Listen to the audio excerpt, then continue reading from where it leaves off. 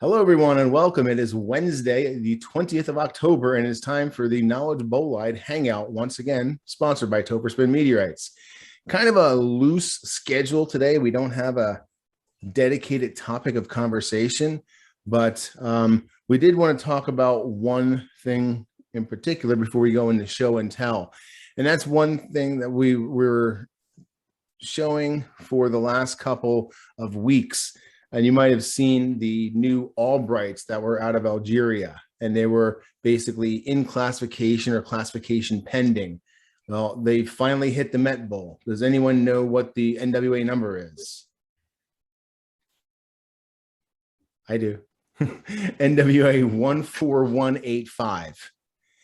Now, if anyone looks it up, they'll notice one glaring thing. Does anyone know what that fact is that could be disputed? The total known weight. There you go, Oz. Hey, welcome to the show, buddy. Nice. Yep, exactly. If you look at the MetBull entry for the NWA 14185, the Aubrite, there's 1,900 total known grams.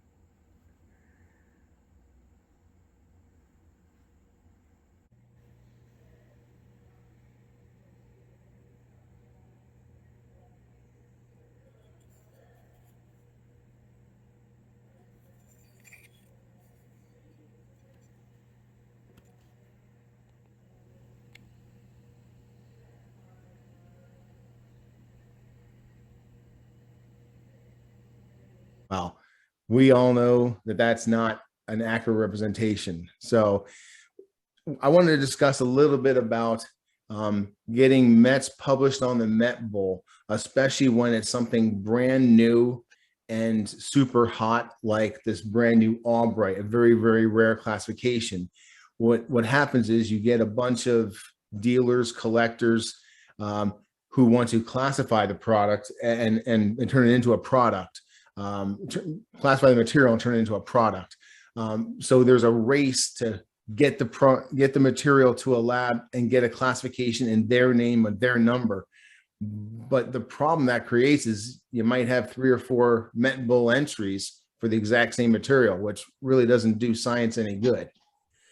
Now, I did notice something was different on the Erg Chech 002, a chondrite. Did anyone notice the known weight of that one? Ooh, let's find out. Yeah.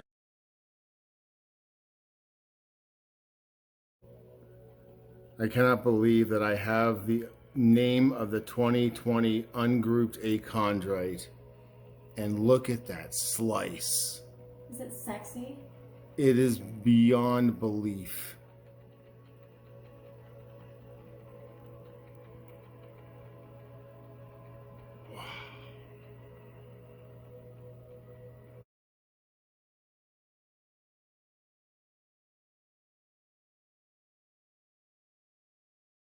It's up to like 30 kilos now.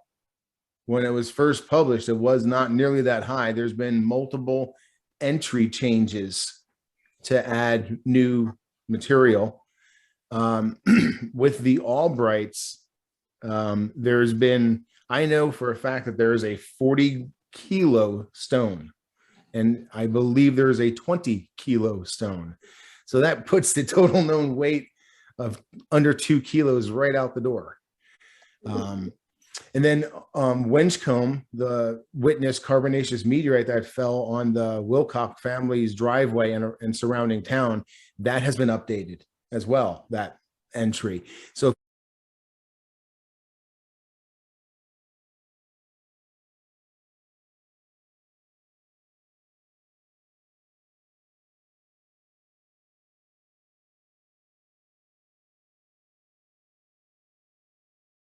if you look at the entry, it's under the notes, it says additional stones found. When you go into the narrative, you actually find that it's Chris and Luther and all the guys we know that were hunting them, putting videos of them finding the stones on Facebook, us seeing them first, and now months later, actually seeing them added to the MetBull. So I think that's a pretty exciting thing. Can we discuss, does anyone have an opinion or anything at all about the multiple entries for an Aubrite, or people sending multiple classifications? Like how can we avoid that, or how can we work around that? Yeah, so the way that has traditionally worked in the MetCom in the NomComm is, somebody submits material for classification to a classifier.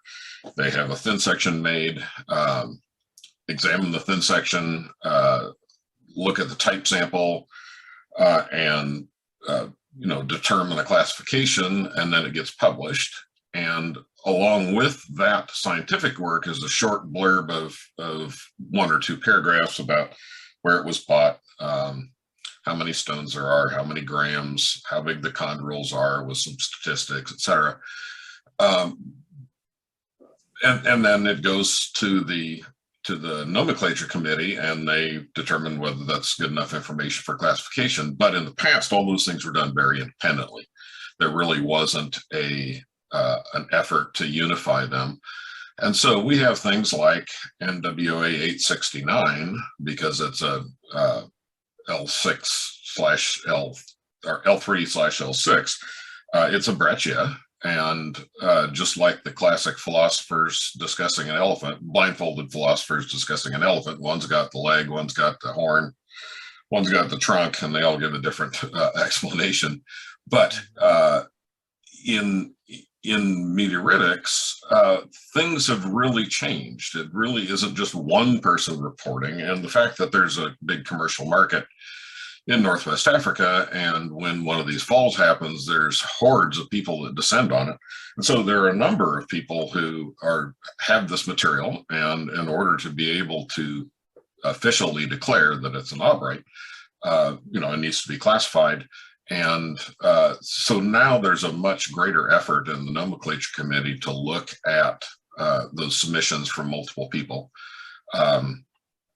So touching on 869, there are many, many different classifications for 869, but it's all the same rock. It's all the same material.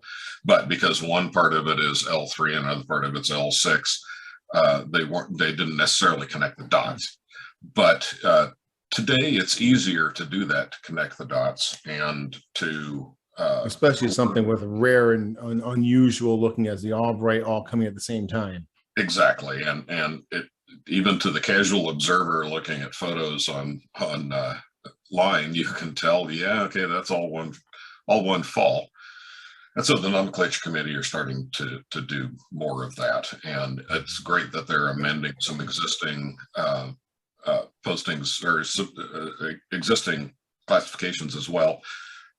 We won't see that on every L6, but on very big events or very rare material, we're much more likely to see that. So and so we were talking about labels, and it's like, okay, well, this one here is unclassified. So I can say it's a possible L3. With some more work under the microscope and looking at it, maybe we can, and it's, especially if it's been vetted by one of the classification scientists, we can say, yeah, probable L3. But the rigorous legalistic part of it is, if this material is talked about in a scientific paper, then and before it's been approved by the Nomenclature Committee, we can only say provisional L3 or provisional LL3, or if it actually has a number, if a NomComm has assigned a number but hasn't pronounced a final blessing on the classification, then we can call it provisional NWA 869. And only after the classification has been approved by the Nomenclature Committee and published in the Meteoritical Bulletin, which used to be paper and now it's online, of course, but then we can say this is NWA XXXXX. Thank you. Chris, do you have a question? I was curious. I've heard talk of pairing of meteorites before, which I think relates to that, that thing where they get multiple materials that they think are probably the same original fall, but were separately classified, and then they'll say, we think this is paired with another number. Is that something that they're actually doing officially in the MetBull, or is that just kind of an informal thing the community does to try and connect those dots? Well, it's both. In the Meteoritical Bulletin, if you go and read like all of the Martian Augite meteorites, they many times in the description they will say paired to such and such, and now they're kind of going beyond that and kind of combining those classifications. But there are levels, just as though there are levels of saying this might be an LL3, there's levels of pairing. There's officially paired by classification scientists, and when you see the word paired in the Meteoritical Bulletin, that's what's happened. There are people who hold the main mass of a meteorite, and then they eventually obtain some more from the same supplier from the same area. Then it's pretty confident that it's paired. Then there's other people who, well, Joe Blow found this up near this town, and look, I found 5 of them too, so mine are the same.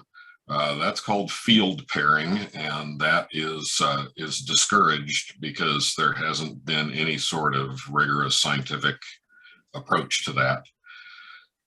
And then some of it gets a little murky in that, in Winchcombe, this thing fell, and this is weird material. It's very out of context with all the rest of the rocks around. It's not really going to last all that long in the environment before it starts. A very friable, crumbly, black, carbonaceous, powdery almost. Right, and so if it gets rained on 3 times, somebody steps on it, it turns into a mud puddle. But in that case, if somebody finds something the next day or whatever, 4 hedgerows over, and somebody looks at it from the outside and says, yep, that's the same stuff, the odds of there being 2 falls of carbonaceous chondrites in the same very short period of time is super, super low. So, that's pairing as well. So I hope that's what you were after, Tim. Yeah, and thank you. Yes, pairing is something that's a little bit discouraged because not everyone is capable or authorized to pair. So you have to be careful of what authority is telling you it's paired. Scientifically, I'm not qualified to pair material, so I don't do it. But with one of my classifications, I had to leave the main mass behind because I couldn't afford it. Gorora 003, really sexy eucrite. But later on, I went back and purchased the main mass. I know it is the exact same thing from the exact same source. It was offered to me at the exact same time. That to me doesn't require me going on any leap of faith. It is Gorora 003.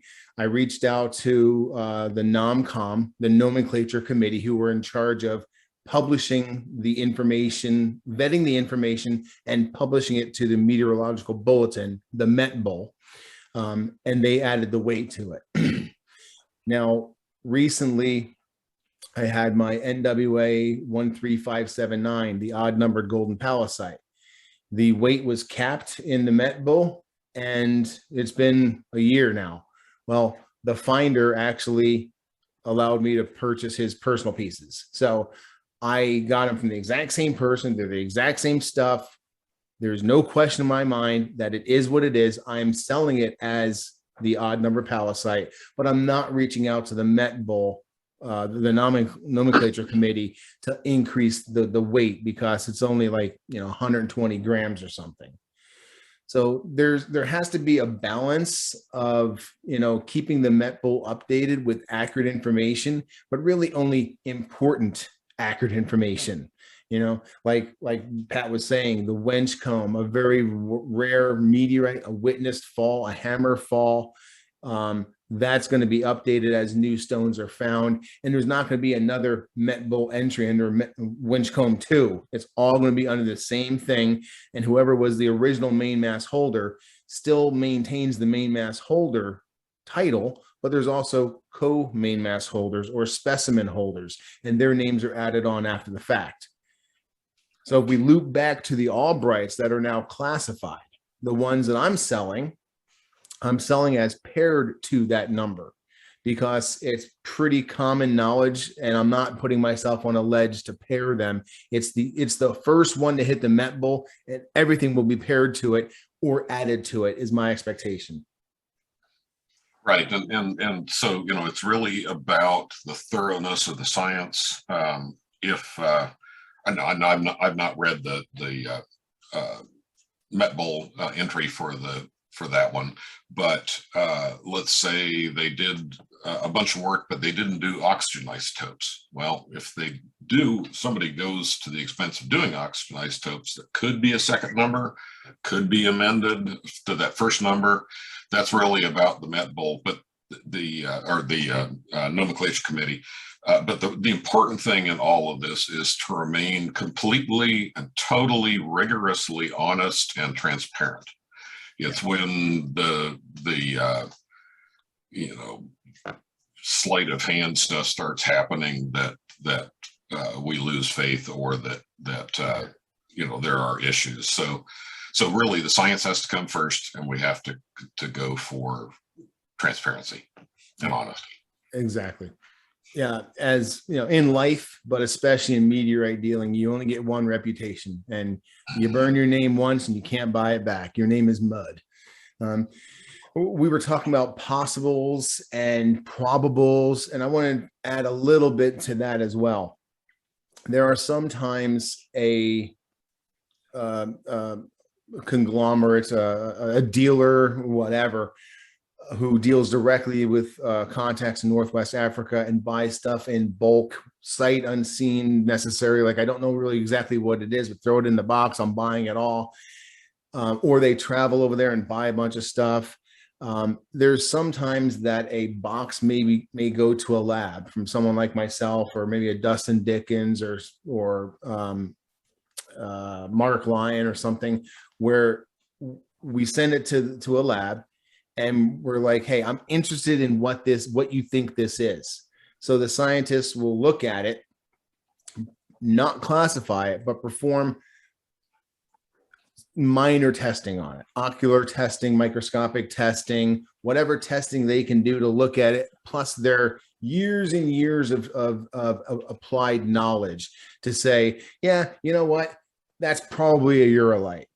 So there was one Urolite that recently was sold, and that actually, I believe, went to Tony Irving, and he looked at it and said, yeah, that's probably a Urolite. Do you want me to go ahead and classify it? And that person said, no, just send it back. But you have to be able to trust the person you're buying the meteorite from in order to say, yeah, Lawrence Garvey signed off on that. You can't just name drop people. These are people with, master's degrees and have dedicated their life to it, and to steal their name is just not right. So, and the one other thing I'd say is sometimes there's a desire to go direct and buy things direct from Africa yourself. There's always a risking in that for the uneducated, but you should never really, if I don't feel comfortable saying I can pair stuff, then I really wouldn't, no offense whatsoever, but do we really trust the nomads who are selling the stuff to pair it with what they think it was last time they saw it or something? So just a word to the wise on that, and hopefully that answers everyone's questions about information on the MetBull, how it gets updated, why it doesn't get updated all the time. Oh, why it doesn't get updated all the time. You figure, well, it's important information, should be updated religiously, and every single day they should be asking for a total. Well, there's 77,000 entries in there. A lot of them are Antarctic and they won't change, but that's a lot of data to maintain. And to have everyone calling and saying, well, we found another 12 grams, it's just not going to work, especially when you realize that under my impression, correct me if I'm wrong, the Nomenclature Committee are volunteers. I don't know if they're paid for that or not. If they are, maybe their expenses are paid so they can meet periodically. But I bet they've been meeting over Zoom for a while. Yeah. But the other part of that too that's really important, and we kind of live with one foot in the commercial world and one foot in the scientific world. The Nomenclature Committee and the Meteoritical Bulletin are not a shopping list in the Sears Christmas catalog. It's about science. And so the motivation of the folks on the Nomenclature Committee is to make sure we get the science right, and not necessarily cater to people finding rocks in Northwest Africa, people wholesaling rocks, or people selling rocks here or in Europe. It really is about the science. And that's one of the things that makes this hobby and interest so compelling, is that there is a gob of really good science that's evolving all the time. And dealers like Topper do us a great service in finding these materials, getting them classified, and bringing them to us. And so, I'm not dissing the commercial part of the meteorite world, but the Nomenclature Committee and the Meteoritical Bulletin are obligated and driven by science. Thank you. Yeah. Yeah, so we'd love, in a perfect environment, them to have 100 people on staff like Google just waiting for every request, but it ain't going to happen. But yeah, it is obviously very scientific driven, and that's why it exists. And to touch on your final comment there, it is really, really super cool. We're going to get into show and tell next. It's really super cool that there is only one MetBull, there is only one Nomenclature Committee, there's only one Bible of meteorites. That's it. So if we are interacting with the newly released stuff week after week, month after month, for multiple years, we are on the cutting edge of science, whether we're outsiders or insiders, depending on our level of involvement. Anyone can be at the cutting edge of meteorite science and news, and that's really empowering. Topper, can I ask one more MetBull question real quick? Yes, you can. I know that I've heard a few comments in some of the Hangouts that they were looking to get more photographs of material to put up with the entries. Yet when I look at the entry that for the new Aubrite that just came out, there aren't actually any photos. So is it just are they after photos when there's like a scientific driver for them, or is it? I'm just a little surprised not to see a photo, because we all know there's a lot of material with a lot of photos that certainly I can submit one. I'd be glad to. Oh, there you go. That's a threefold answer. When you look at the information that gets published in a MetBull, the gut of it is science driven and created by the classifying scientist. Then there's also a narrative. That narrative is written by someone like myself or someone submitting the samples for classification. Basically tells a brief history of the stones, where they were found, where they were bought, if you know the finder's name, what city they came out of, any information that you can gather while it's fresh in everyone's mind, put it down into a Word doc. And then that is submitted to the classifying scientist after he's done all his science work. He doesn't want it beforehand. No one cares about a story beforehand. After it's classified and he has all the science ready, he's ready to submit it to the NomComm Nomenclature Committee to be published. Then he'll ask you for the narrative, the history of the piece. Just as it's important for the scientist to do his job and classify it, and the NomComm to do their job and vet it, it's our job to do as much of the preemptive history of the stone that we possibly can. And while we send the material over to the lab, also send quality, especially at the time when you send the narrative at the publication point, send pictures along with the narrative to the scientist classifying it, and he or she will submit them to the NomComm to be published. There was a understandable thrust to do that, and it kind of fizzled. I don't know why. Pity. Yeah. I found the pictures very useful personally, because if I'm looking at a type and then I can see the photos of, oh, that's what that type looks like from an official source like that. For me, at least, it's been a great education resource when they are there. So. Yeah, true. So the application that the scientist who's doing the classification work fills out has a lot more areas for entry than are commonly used. And if you go back and look at some of the older classifications like NWA 869, there's really not a whole lot of information there. And so the NomComm has basically been doing this stuff the same since 1933 or thereabouts. And so, they do the scientific vetting part of it. But that application form has been updated, and there's many more opportunities to add information to it. And Daniel Chech is a classifier that we use as well as others, but he is one of the classifiers that takes the extra step to tick the extra boxes. If you give him the information, it'll get included, and so will pictures. And to piggyback, I almost said Nickelback. Wow. To piggyback on the Cliff, it's really super helpful to see what we call a touchstone picture, an official picture of the meteorite. This has been approved by the NomComm. You can't just submit a picture of a pebble and have it get published to that. Like if you go to my golden Pallasite, NWA 13579, you'll see a picture that I submitted to Daniel Chech when he went and classified it, and it's now there. So if anyone, and this is great, like Cliff said, for educational purposes, you go and you look and you see, what does a CK6 actually look like? And if there's one picture, you're like, oh, well. But if there's like 12 pictures, you're like, okay, I can really dig in and see which, especially if someone's trying to sell an historic meteorite that doesn't have provenance paperwork to back it up.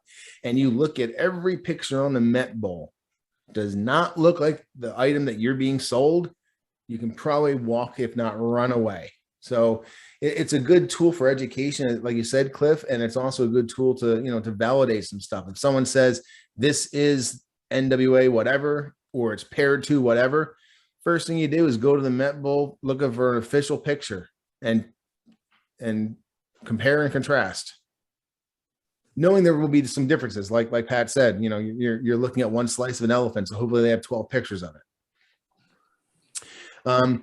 Well, that was a good little impromptu conversation about classification and information on the MetBull. We talk about the MetBull so often. We use it as a tool every day. And it's just neat to maybe for people to understand some facts, behind the scenes facts that people don't normally get to see or hear about if you don't go through the classification process. So James Shelton has been patiently waiting to show off something, and I'd like to give him the opportunity to go first.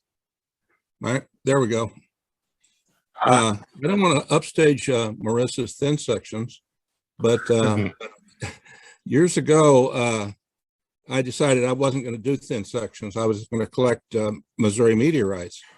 Well, after I got into it for a while, and they became harder and harder to get, I realized that the only way I was going to get some of them, or even be able to afford some of them, was to get thin sections. So I looked around for studied a little bit how to do it, and I came up with a company that makes a very inexpensive thin section viewer. And what you're seeing right now is $35. And let me show you what it is. This is I'm gonna take it apart.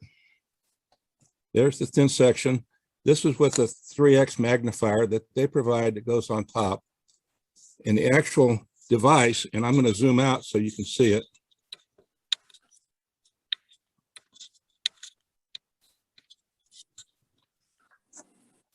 And let's turn off here so you can see it better. It's this little canister. Oh, wow. And, yeah. And I'm going to zoom out a little bit. Zoom out, I guess, is, hang on a minute. Let me get it right here. Yeah, cool. Okay. This is about the size of a 35 millimeter film can. It's got a switch on the side. You can turn the light off and on here. And the top is screwed on, kind of like a parts bottle. Wow. There's the top. And there is one of the polarizers stuck inside the top. And this is a thin section that they sell. It comes, it's separate, but it doesn't come with it. And then down inside, I'm going to turn the light off now. Down inside, if I can get it to come apart, is another polarizer. Let me get it in view here. That's cool. And there is, let me get it in view. There we go. And there is a little reflective cone. And way down on the bottom is an LED. Cool. And that's it. Oh, under the LED is a little coin battery. Very cool. And I'll turn it on. It's probably going to be too bright, but that was the light from the entire thing. Cool. That's awesome. That is a really cool $35 viewer to go mobile with if you're trying to show someone thin sections rather than lugging your 30-pound microscope. Right. And it does come with the 3-power lens. This lens, and it's a very nice, substantial lens. Now, let me show you the name of the company. If anybody's interested, you can go to this website.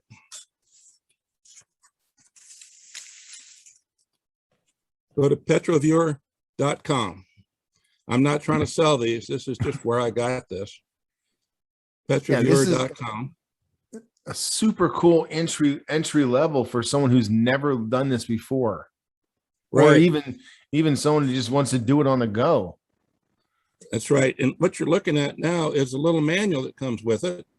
And it's 16 pages of very detailed information about polarizing and how to set up the viewer. Let's see if I get this in there it is.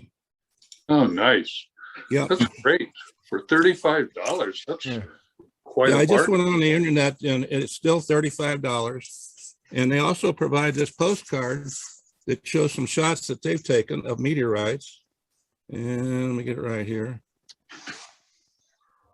And that's through the viewer. I bought some of their specimens. They have about 8 or 10 thin section specimens available, and they are priced more than the viewer. They go from about $50 to $65, I think. Mm-hmm. But they also have second quality ones, which are $25. And if you don't really care about a complete circular piece, you can get into it for the $25 thin section, which I doubt if you'll be able to find on eBay. Mm-hmm. And they also have a service. They'll make thin sections and they'll sell you a kit so you can make your own. Cool. So that is the inexpensive, I won't say cheap, it's $35, but it's inexpensive thin section viewer. It does not do angles. It doesn't do photography, but I bought one of these Chinese cameras. I'll show you what this is here. One of these $35 microscopes. This one $35. This is about $50 from China, and it works very well with the $35 viewer, and it's battery operated, and it has a nice strong stand with it, and it takes photos. Cool. So you use that to take the photos of the slides in the $35 light holster. You might recall when I was using thin sections for the background earlier, a few months ago, I did that with this camera, with this microscope camera. Wow, that's great. Yeah. Now I've got one more thing that's unrelated. So if we can switch to, well, here, I'll just show this. I just got this from eBay. This is about Ensisheim. And I didn't even know this existed. As some of you know, I collect meteorite books also. And this is a very well done story, and it's in English. They also have a French version, and you can still find it on eBay. So, and it's wonderful. You want to know anything? There's the meteorite itself. Oh, that's cool. And all the original artworks. Right. That's phenomenal. Yep. That's super cool. That you talk about historic meteorites like that. If you guys didn't catch it on the cover, that was 1492. So that's like old. And there, you'll see a lot of art that bridge the old world and the new world, because Columbus came to America in 1492, and that event was a really large event in overseas. So awesome. Thank you very much, James. I appreciate you showing newer people or budget wise people how to make the most out of their bucks, because that's what we to give everyone a little heads up. We're gonna go to Ron Meches, who's gonna hopefully talk about his Odessa. Excuse me. I also want to give everyone a little heads up.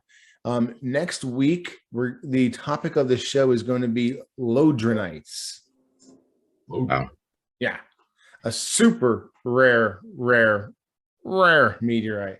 I don't think I have any. Like, I don't even have a photo of one. Like, so we're going to be looking for our resident educator, Mike Kelly, who has already put a little presentation together on lodronites. So we're going to learn a little bit more, actually a lot about them next week. But if you have any questions or any examples or anything lodronite related, you now have a 1 week head start to get ready for the next Hangout. So with that, I'm kicking it over to our buddy Ron. Okay. All right. So a few weeks back, I got out an old Odessa that I was getting kind of rusty. I did a video on this. It's on Topher's channel as well as a few other places. And I decided to re-etch it. So I spent some time, put it in my in my electrolysis tank and processed that. But then when I finished, I took some instructions from another fellow who recommended, I watched his video, and what he did with ferric chloride was he etched the surface, rinsed it off, then did a second etch. And that made all the difference in the world. So I'm going to change my screen. Let's see here, I'll change the camera first. If you guys haven't watched that video, it's loaded on my YouTube channel. It's really worth watching. So this is the way it came out. This is the final result. I've never done anything. Well, it just got dark. Never done anything this good before. This is the first time I've gotten this kind of a result, and it looks to me three-dimensional. It's crazy, like a hologram or something. Wow! Look at it. I mean, look at that. That is just outstanding to me. Yeah, the contrast is just amazing with that. It is. Yeah, it's even more spectacular in person. Unfortunately, it's really reflective in here. I got the sun setting in the west while I have a west-facing window back of me trying to block the light. But let me try something else here. It was amazing because you sanded it, or you refined the surface down to 800 grits. Yeah. He said the only thing, you don't have to go down to 3,000 grit like I was doing in some of my earlier pieces. I took this down to 800 grit by his advice, and it worked. I mean, it looks beautiful. The reason being, I'm guessing, is that the acid needs a surface to grab onto to etch something. If you have it too fine, I think there's nothing for the acid to eat into it, so it almost comes off. But I mean, the results speak for themselves. I mean, it's just, I've never done anything this good before. Now, what I watched him do was a Muonian Alusta, that when he was done, it looked like it was three-dimensional, you know, with a fine grain in there. It was just spectacular. It was a big piece too. But he followed that process. He went to 800 grit. He did a first etch, rinsed it off, did a second etch, rinsed that off, and the results were just amazing. So this is my first time doing it. So I'm going to try this out on another piece I have in the tank right now. It's an Allotai that I thought was rust-free. It re-rusted on me because they are rusters. And it's been in the tank about a week now. I'm going to take it out on probably Saturday and try the same process and see what happens. So I'd be very curious to see that one, because Allotai is beautiful as well. The first time I did the Allotai, and this is the one I did the video on a year ago or something like that. It came out spectacular then, but since then, all around the edges, I was getting just a little 1/4 inch coating, rim of rust. It was almost like right around the edge. So I sanded it back, and I took the 800 grit and I put it in the tank. And I have to re-sand it, unfortunately, because the tank deposits a black film on there because of the graphite. But I'm going to try that again, and I'll probably be another couple of weeks before that's all done. So, but this is I mean, gosh, I just can't imagine better results. I do have a question for you regarding the reverse electrolysis tank. Sure. I noticed in the video, which go and watch, guys, it's really super cool. You had the thing set up and it was drawing no current.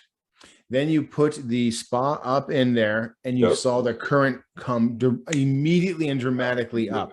Yes. Are you going for a certain pH balance, or do you stop at a certain current draw? Well, I don't like to run a lot of current. It's only 12 volts. And I do have a cheapo, I think I bought it for $60 off of Amazon, power supply, which actually I took it apart the other day because I thought it crapped out on me, but it turned out it was just my GFI blue. But I opened the thing up looking for shorts or a fuse or something, and I was impressed by the construction of it, because I build electronic equipment. I did that for a living when I was working, and it was just really impressive. But I like to run about 2 amps, 2.5 amps, no more than that. I don't have any other reason other than this is what I've learned online just by watching YouTube videos, and it seems to work. And it takes about, depending on the rust, anywhere from 1 to 3 weeks I've run these things, but it doesn't take a lot to do it, and the effect is pretty spectacular. Follow-up question: would you recommend that the reverse electrolysis be done in a ventilated area, or is that really not a concern? I have a fan going. It's in my garage. I keep the back door open. I run just one of the oscillator fans. I turn off the oscillation, just kind of keep the air mixing, because you are producing hydrogen and oxygen from the water. And if you have too much of an enclosed space, I just didn't want to take any chances, simply because both are very explosive. But the amounts are pretty minute. But I did watch one video where a person actually captured that. I think it was the hydrogen into a little test tube and lit it. It had a pretty explosive little flame. It just went. Poof. The guy playing The Martian in his backyard. This is my house. I don't want to blow it up. So you know what I mean. So and also the other thing is I wear a lot of safety equipment. I have I wear a chemical vest. I wear safety glasses, nitrile gloves. Just don't want to take any risks. After you, when you put this in the reverse electrolysis tank, the idea is to get the sulfides out, get the oxides out, and stabilize the piece. With that, there's obviously some loss. There's some dead material. Yes. Could you show us what you discovered on the bottom of the tank? Let me turn my camera back over to this. Let's see. Yeah. Go. Okay, so this is the debris that came out of the Odessa. This is after that week. There's quite a bit of dust, and this is all. I took a magnet and swept the bottom of the tub, and this is all magnetic material. So I know it's off the Odessa. There are 2 graphite plates I used for the anodes, and there's some dust that's sloughed off through the electrolysis process. But this is all that came up. I'm guessing it's probably 4 or 5 grams. I didn't weigh it, and this is way too big of a jar. It's the only thing I had to put it in. Yeah. It's a spice jar. I think I had crushed red pepper in here. But yeah, so that is what came off of it. And that's dead meteorite and cancer. Meteorite dust. Yeah. Yeah. It's worse than dead meteorite. It's actually meteorite cancer, because if you don't remove that, it'll just keep spreading and spreading. Whoops, sorry about that. No, it wasn't an earthquake. This isn't. It wasn't an earthquake.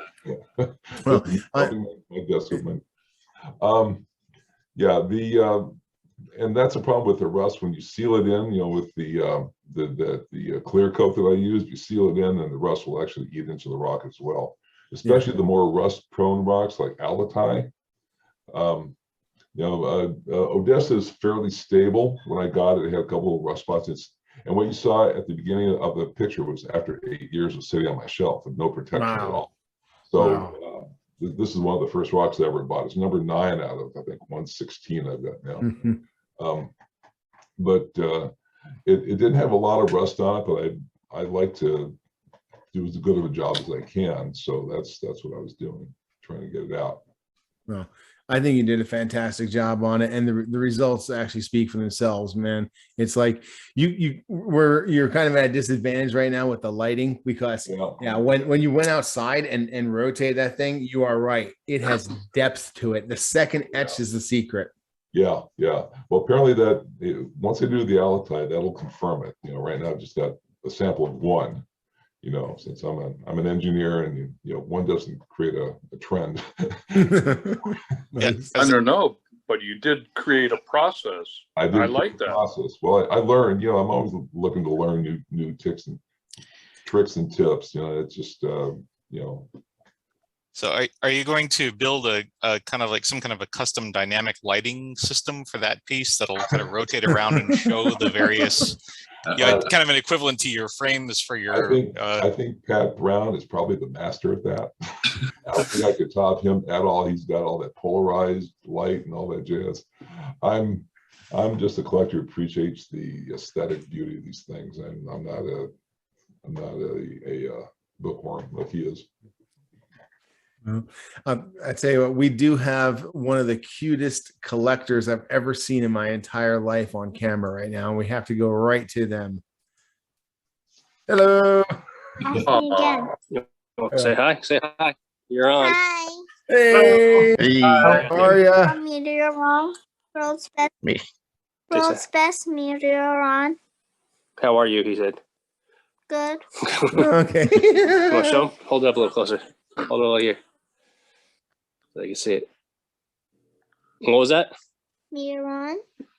So this is pretty cool. This is a piece of Josephine. I don't know if hopefully you can see the label. So this is kind of interesting. It's probably the world's best iron nickel meteorWRONG. So that's terrestrial native iron, but it's also got nickel in it. So it'd be a pretty good fooler for a metallic meteorite. And it's actually interesting because the Aubrite is the actual name for it. Josephine's the type location in Washington State, and that's actually found rarely in meteorites as a certain blend of iron and nickel. So that was kind of the first piece I had to show. The Aubrite. Aubrite. Okay. What's the nickel percentage? Yep. Yeah, you can look that up, and it's in a couple different meteorites in MetBull. So that was the first thing. I had a couple other cool ones to show. I don't mean to interrupt you, but for those that don't know the power of the MetBull as well, you can search for text. So if you have a mineral you're looking for like that one, you can click the text box and then search for it there. Mike, do you know what percentage of nickel is in that? No, I got to look it up to see what percentage it comes out to. I didn't get to do all my homework on it quite yet. This is actually at. Oof, that's really deceptive because usually nickel is one of the things you go looking for. Yeah, and so apparently it's like placer nuggets as washouts from like serpentine and other metamorphose rocks. So it's kind of I guess a weird accumulates that they find in stream beds and stuff. So I saw that at one of the local rock shows, and I thought that was pretty impressive as far as being a good meteorWRONG. Yeah. Now, if sliced and etched, that would not show a Widmerstein pattern, though, right? Yeah, no, yeah, its cool rate is way too fast and when way too short to get a Widmerstein pattern going on it. Right. Okay. But you got a couple other cool ones. Ever hear that one before? Agram? No. That's what we call it nowadays. Hraschina. Hraschina. So this Damian showed you the sister needle of this about a month ago. Yep. And I wanted to cover some of the stuff he didn't cover. He did a great job on it. But yeah, it wasn't always Hraschina. It was found a long, long time ago. 1751 was when it fell. And it was actually originally named Agram, which was the capital of Croatia, where it fell. So I was able to get this off of Raymond Borjas, and big shout out to him for hooking me up with this. But some of the interesting things that Damian didn't cover was when this fell, there was two pieces of it. There's the approximately 40 kilogram mass that's in the Vienna Museum right now, which is almost where all of the mass is tied up. But there was another 9 kilogram mass that fell. And that piece was chopped up and turned into nails and other curios by a bunch of the local blacksmiths in Croatia. Oh, man. So there's almost none of this as a decent amount of mass in private collections. But the interesting oddity is every once in a while, you know, you might get a bit that pops up from incredibly old finds. So wow, that was kind of interesting. The other thing was it was turned over to cool. the Vienna Museum in 1770 or 1777. And that was right around the time that there was a big movement that went from believing that meteorites came from outer space to not believing that meteorites came from outer space. So when they sent that over to the main mass over to the Vienna Museum, the curator kind of said, although it's very interesting that, you know, the folks at the time are so sure that this was a meteorite and there's all these witnessed accounts, our modern day science would surely not kind of believe in the facts that meteorites would come from outer space. We have such a better grasp of the physics of things and natural laws. So we've apparently gone from believing in meteorites come from space to not believing in meteorites come from space and back to believing that meteorites come from space several times. So I took that and parked it in there with Krasnojarsk because that is the second one that was one of Wood Mattenstein's and Thompson's original pieces that they used to figure out what Wood Mattenstein pattern looked like. So what pattern is that? Finally Wood Mattenstein pattern. I'm probably butchering his last name. Yeah. Okay. Yeah. So that's the two originals right there. Appreciate you sharing history as well. That's always something we enjoy. I have a super sexy little chondrite that I want to show you guys. It weighs all of 230 grams, but it was just one of those that is going to make someone, if there's a cutter out there, this is your dream. Look at this. Let me see if my camera will focus. There's a lot of reflective light. Wow. Let me move that off to the side. Man, the lighting. I wish I had a cross polarizer in here or something, but this is just chondrules everywhere. Wow. Cool. Yeah, it's 200 and some odd, 230 grams. And like every side you look at is just chondrules everywhere. I really wish my camera with the reflective light is killing me.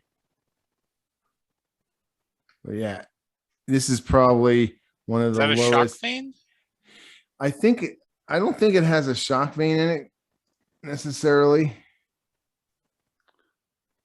I did put it. Yeah, I did put it in my ultrasonic and my dehydrator before the hangout. I just got this today. But yeah, this is going to make some absolutely gorgeous slices. Like, unfortunately, the reflective light is killing me. Oh, you still see a lot of the chondrules there. In fact, I think I saw one that was darkly outlined. Yeah, there's a lot going on in this piece, but yeah, I'm super happy with this one. And then I also got some more. We were talking about diagonite last week, but I got more. This is the NWA. Geez, I just blanked out. But it's the Erg Chech diagonite. Yeah, 14056. Thank you. These are just. I know we talked about diagonite last week. Well, hopefully, we're not diagonited out. But these are just spectacular examples of the diagonite crystal. Yeah, those are showing really nicely, even through Zoom's algorithms. When I got these, they were covered in caliche as well. So these have been cleaned. Let me show you this other one here. This one shows the cracking of the along the crystal barriers. Wow. Oh, it's like it has cleavage. That's what she said. Thank you. But that is just super neat to see it still held together, but you can see it right on the crystal barrier. Wow. Yeah. So I would call it, if it was an earth mineral, I would call it lensatic. The way that the crystal has formed. I'm not familiar with that term. Yeah. A lot of people ask me geology questions, and I'm not a geologist. They ask me to identify stuff, and I don't know what it is because it's not a meteorite, because I'm not a geologist. But look at these crazy crystals. Wow. How many grams is the one with the long straight? On average, these are about 7 gram, 5 to 7 gram pieces. Yeah, but just really beautiful. I love when you catch the light on the crystal side and they light up like that right there. So these didn't make it in time for the diagonite show last week. So I definitely sorry to commandeer this show, but I wanted to show them off. I just got them today, in fact. So yeah, these are my super special freshies. And then my new, I think that's a possible L3 is what I'd call that, because I'm not a lab and no lab has looked at it, so it's not a probable. But if like Pat Brown looked at it under his reflective cross polarized, or someone cut a slice in it, then you can get a better look at it. Hey, Pat, I highlighted you. Hopefully you're ready. This is my latest device. This, and it's unfortunately it's a work in process, and unfortunately the focusing is pretty tweaky on it. But this is a reflected cross-polarized light setup with an old DSLR and a HDMI to USB 3.0 video capture card. And so today I just wanted to show off some chondrules. Mm-hmm. And so that you get an idea of scale, there's 1 millimeter hash marks there. Look how tiny those things are. And so this slice is NWA 8007. And I thought I'd just cycle through a few here to have a little chondrule show. Oh my word! Wow, that's packed. Really? What is the classification on that thing? This one is this is NVA 8183, and I'll send you a note toper with all Oh, of that. So cool. Thank you. this one is L parentheses LL 3.2. Wow. And to advertise the beauty of reflect across polarized light, that's what you would get without reflect across polarized light. And then as we rotate the polarizers to be at 90 degrees from each other, that's what you get. And just a 10-second explanation, because everyone saw me struggle with the reflective lighting on my piece. What the cross-polarized reflected light setup does is it cancels out any light, any photons that aren't traveling in a straight line from your piece to the lens. So all the light at an angle, correct me if I'm wrong. No, that's correct. So there's a polarizer in front of the LEDs that are providing lighting, and then there's another polarizer in the optical path. And when those like on James handheld device, it had two filters. Right. Yes. Now, in James handheld device, the light was below both of those filters and was going through the sample, through the thin section. So that's transmitted cross-polarized light. This is reflected cross-polarized light, in that the light is hitting the top surface of the sample, and then there's another polarizer in the path. So essentially, all it does is cancel out the surface reflections. All right, thank you. That I didn't know transmitted versus cross. That's awesome. Pat, what was going on with that? Was that like an inclusion in that previous piece right near the top there? Yeah, so I think that's probably, yes, the one that's off of the edge there. Yeah. I think that probably is an inclusion. It turns out that when you start reading the literature, the word clast doesn't really mean a whole lot. Chondrules are clasts, and that thing would be a class. But yeah, I would call that an inclusion, not a chondrule. Okay, thanks. Mm-hmm. And then this is an unclassified one from Stephen Amera. And I apologize for the focus being so tweaky. I'm working on adding either a microscope focus rack or a image stacking focus rack. But so this one's unclassified, but probably is an LL 3 point something. Don't know yet.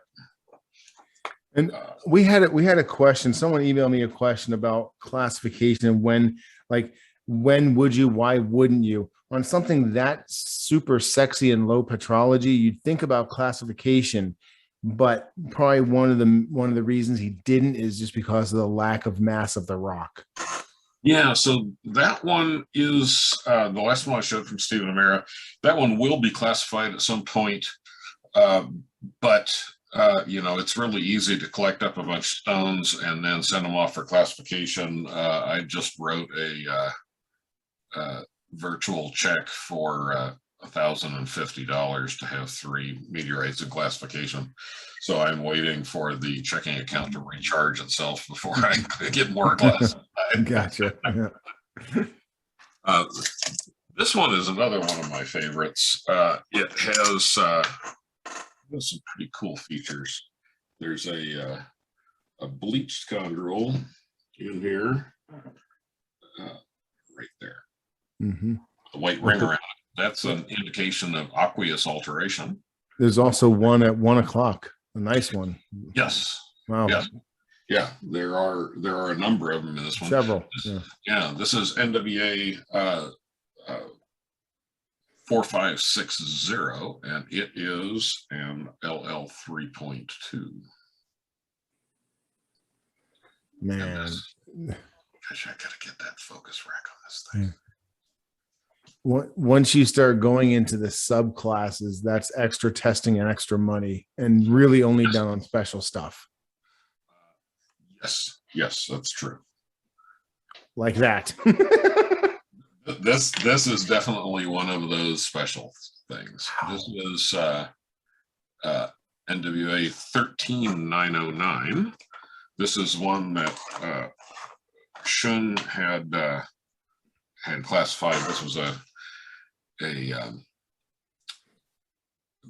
Matthew Stream stone that they classified, and this one is a 3.15, an L 3.15. Wow. So very primitive chondrule.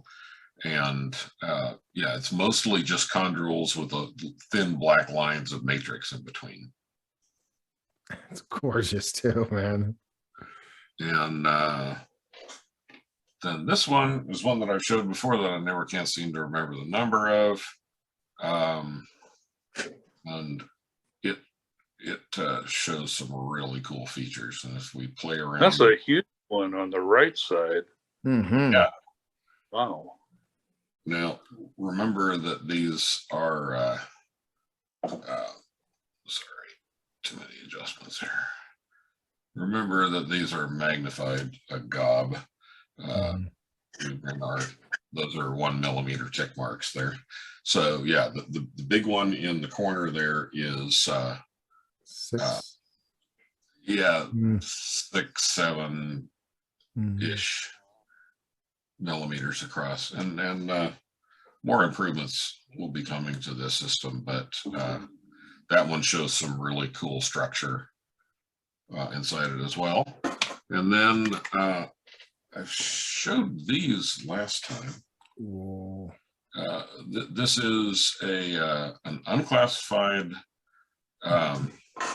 probable CB3 that I have about 100 grams of, and I'm considering getting it classified. It's kind of right on the edge of whether it's financially feasible to classify it with only 100 grams, but it's still a pretty rock. No doubt, man.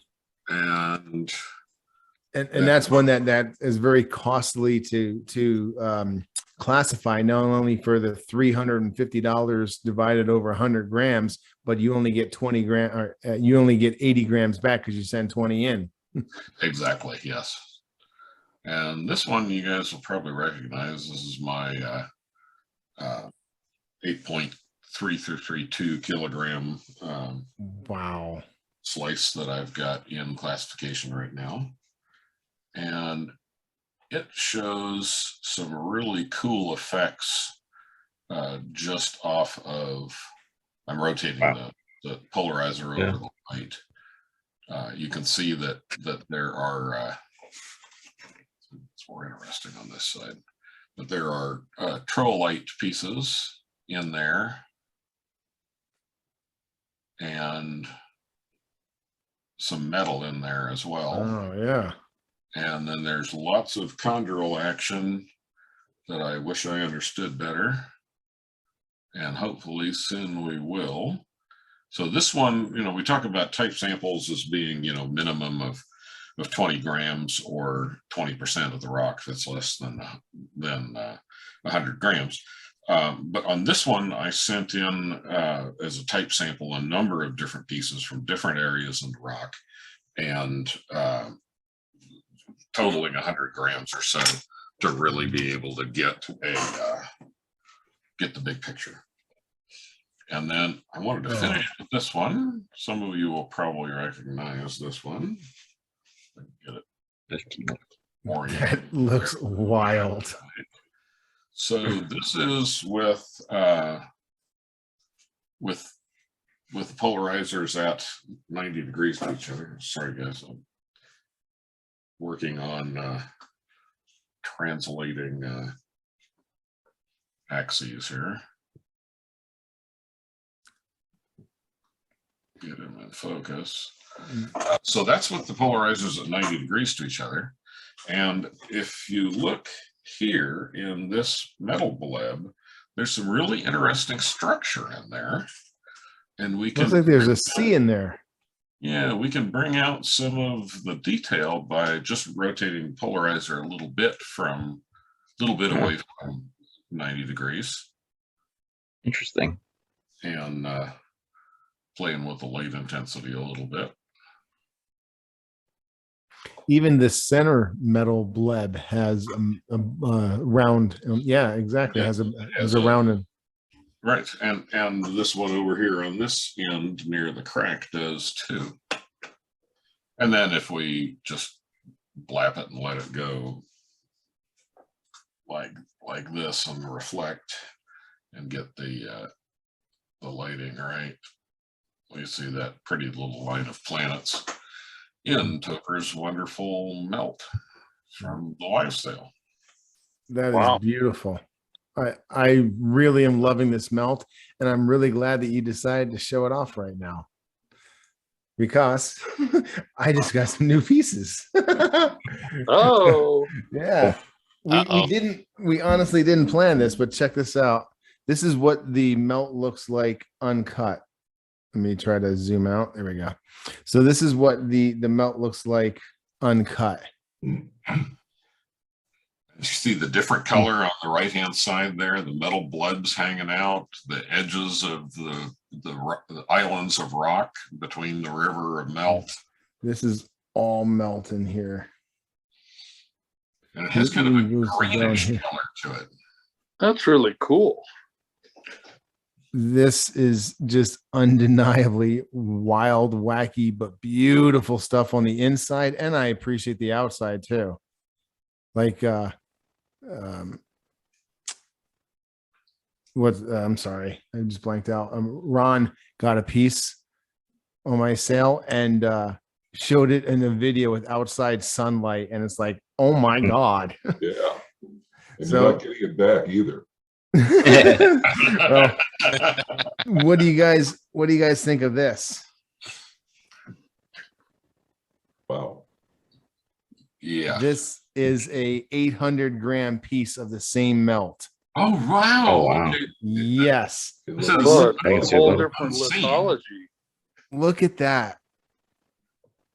Wow. It's a Here's lot a more more angular. here is a more reasonably familiar side. But really, look at looks this. like a meteorite. Look at that melt right there. Topher, is that a weathering texturing on the other side? Is that why it's more angular, or is that It's a broken fragment, and I believe this might have been the sunbake side, okay? but I'm not sure. But if you look, it has some really, really weird features. Like, see this divot in here? There's Yeah. obviously some metal missing. There's like, it looks like it was putty. Like someone was able to shape it and literally draw finger marks into it. Yeah, and that surface that you just went over with your finger, the valley there has a weird vitreous, glassy chert sort of look to it. Yeah, And it a is. crack in it too. Yeah, wow. That's. Do you have any pictures of the one? I think it was the one that Jules got that has the giant blobs. No, I don't, but I do have my personal piece, which I'd like to show off. After buying 2 kilos of it, I get to keep one piece. So this is my personal. After the sale, I realized I didn't keep a piece for myself. So when I bought more, this is the piece I'm keeping for myself. Wow. Shows really good rivers of melt, metal beads. We've been calling them blebs, but I think when I did the replay last week, I was listening to Cameron Smith, and he said they're metal beads, and I think that describes them better. Oh, look at Wow. that. Wow. Oh, I love that. That's Yeah. amazing. I had to make you guys wait to see this side. Yeah. Sorry. That was a setup. But it's not a meteorite. It's actually an ancient star chart that we got from space. Oh, yeah. 4.5 billion years old. So look at this whole Wow. swatch of melt. That's just stunning, Tober. Well done. Thank you very much. Yeah, I'm super proud of this one. Look at that. You're killing me. That's really cool. You're not cutting that, are you, Topher? You're going to keep that intact, I'm actually thinking about having Chris rip it in half. right down the middle there. Yeah. Right? Mm. Yeah, right down the middle there. Because on this side of the bleb. Yep. Right here. You know, Yeah, you got to keep those blebs. Those Oh are my God. awesome. Yeah. So this one is definitely maybe a rip it in half. This one is definitely a slice into wafers. This one I'm going to make, Chris is going to make some massive slices out of. You're really going to be able to see the melt pattern in this one when all said and done, because it's going to have a huge profile to it. God. That's very impressive, Topper. Thank you very much. I had to make a move on this one as soon as they sold out on my live sale and I didn't get one. So I was like, we got to fix this problem. So bought a few more. And yeah, Jules did snag. I reached out to her first. I offered her a piece. I offered her several pieces, and she decided on the one that she wanted. And I'm no rush, but I'm very anxious to see your slice results from that. So hopefully they'll be enjoyable. Well, I'll have to do it sooner than later because the weather is turning here and it will be too cold to cut soon. Oh man! Wow. Where are you located? Minnesota. Oh, Minnesota. It's cold up there. Yeah, Our it's Minnesota chilly. collector. Come on. Yeah. Hold on. Yeah, so here's my new setup. This is very much a work in process. It's not done yet. The focusing is way too tweaky, and the depth of field and focus is very short. But a microscope stand, and that bottom piece is cast iron and clamped to the tabletop. The post is 1-inch solid steel with hard chrome facing on it. This arm from the microscope stand is solid aluminum, and I just drilled a hole through it and put a 1/4-20 bolt into the bottom of the camera. But this is my old DSLR. It's a Nikon D5300 half frame, and it actually is a DSLR. But then I've got a 40 millimeter Nikkor lens on it, set to manual focusing, and then I've got my reflected cross polarized light attachment just screwed to the lens protector on the end of the 40 millimeter lens. And the weak point in the system is focusing. So I've got it on manual focus, and I'm twisting the focus ring on the lens, and it's way too sensitive. So eventually, back in this interface between the camera and the arm, I'll put a focus setup of some sort to be able to focus it better. And then this clamp can loosen, and the thing can go over a range of heights to change the size of the field. So let me switch back to the other. I need to engineer something for my cell phone now. Okay, well, I'll show you what I've got so far and where I'm going with that. So let's see. I don't know if this thing's going to cooperate with me or not.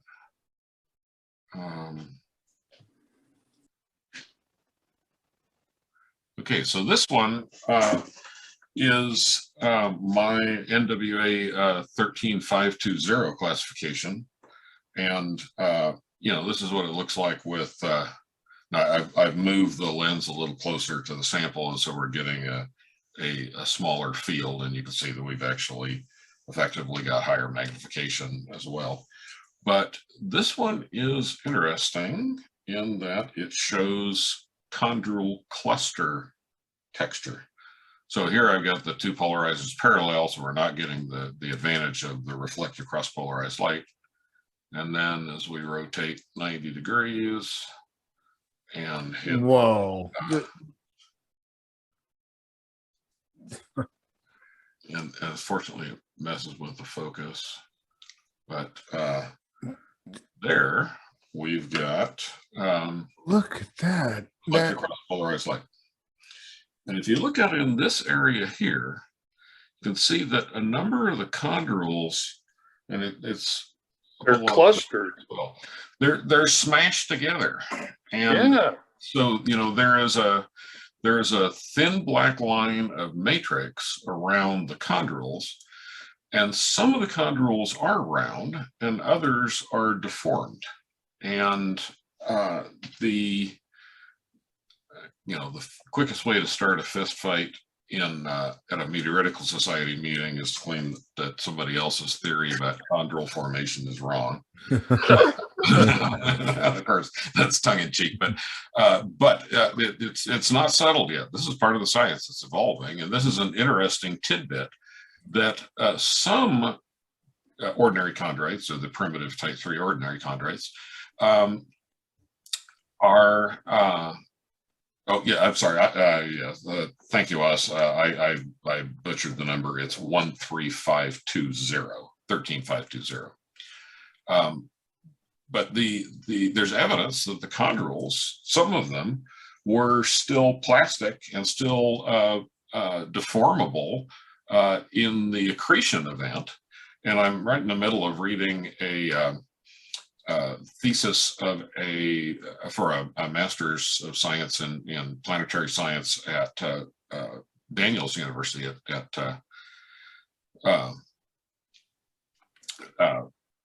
Cascadia Meteorite Labs, and the chondrules are only plastic and pliable and movable for somewhere between a half hour and perhaps as much as 60 hours, depending on the local conditions.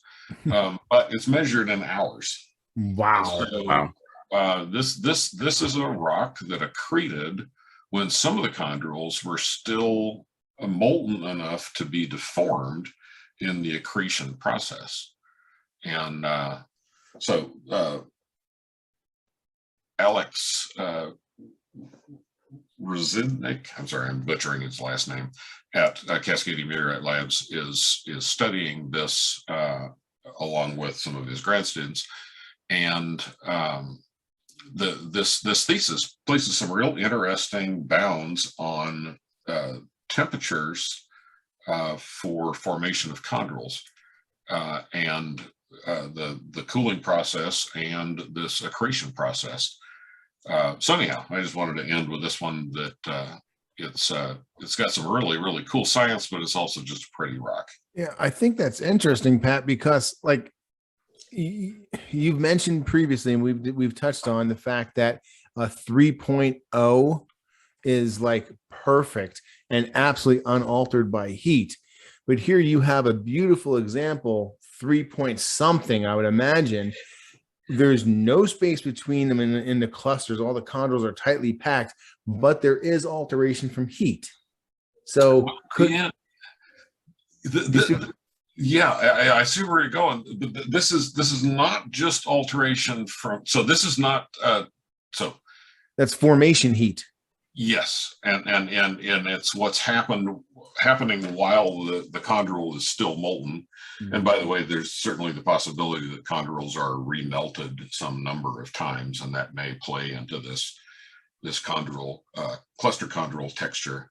But this one, I did have him do chromium to look for chromium migration out of the chondrules, and this one would only work out to be a 3.6-ish or 3.7-ish. So it's really not a particularly primitive one.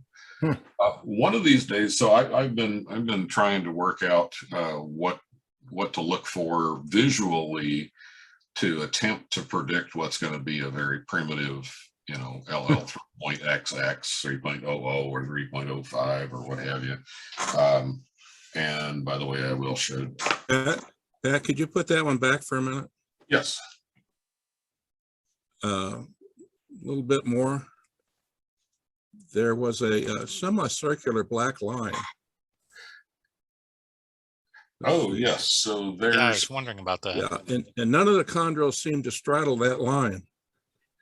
Yeah, up in, oops, let me get this thing flat again. Yeah, up in here.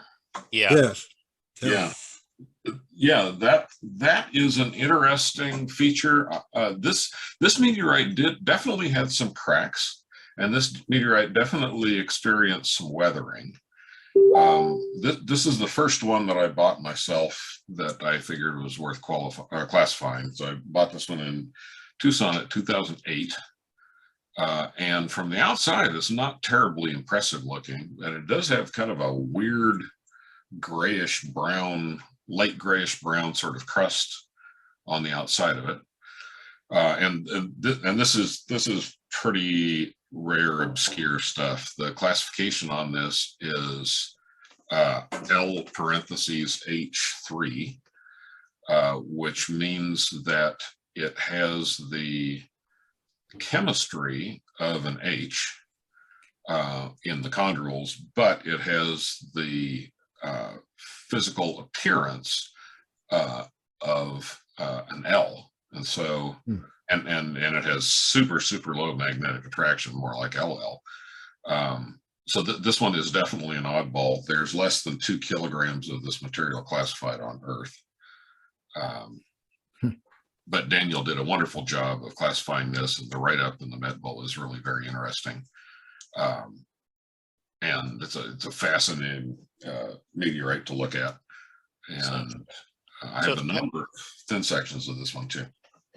You said that they thought the chondrule clustering was a function of the plasticity in the original accretion. How would they rule out a reheating? As if there was a collision event, let's say, and there was a local reheating and then a reaccretion, how are they able to distinguish that from the original formation event? Yes, and so there, you can look at shock in the olivines for linear displacements in the olivines. Okay. You look for recrystallization of the chondrules. As you go from 3 to 4 to 5 to 6 to 7. Yeah, there are a number of clues there, and these cluster chondrule meteorites are far from common. There's not very many of them. Now there's way more than 2 kilograms of them on the planet. This one is just a oddball classification where the chemistry and the visuals don't line up like most do. I hope I answered that question, Cliff. Yes, thank you. Yeah, those are the 2 things I was going to point out, the recrystallization and shock that I would look for. So, all right, guys, we are out of time for today. I do want to give you guys a reminder. Next week, Lodronites. Grab all your kilos of Lodronites and bring them out. Thanks, everyone. Appreciate your show and telling, everyone. Have a good week. Everybody. Bye. Every week, everybody.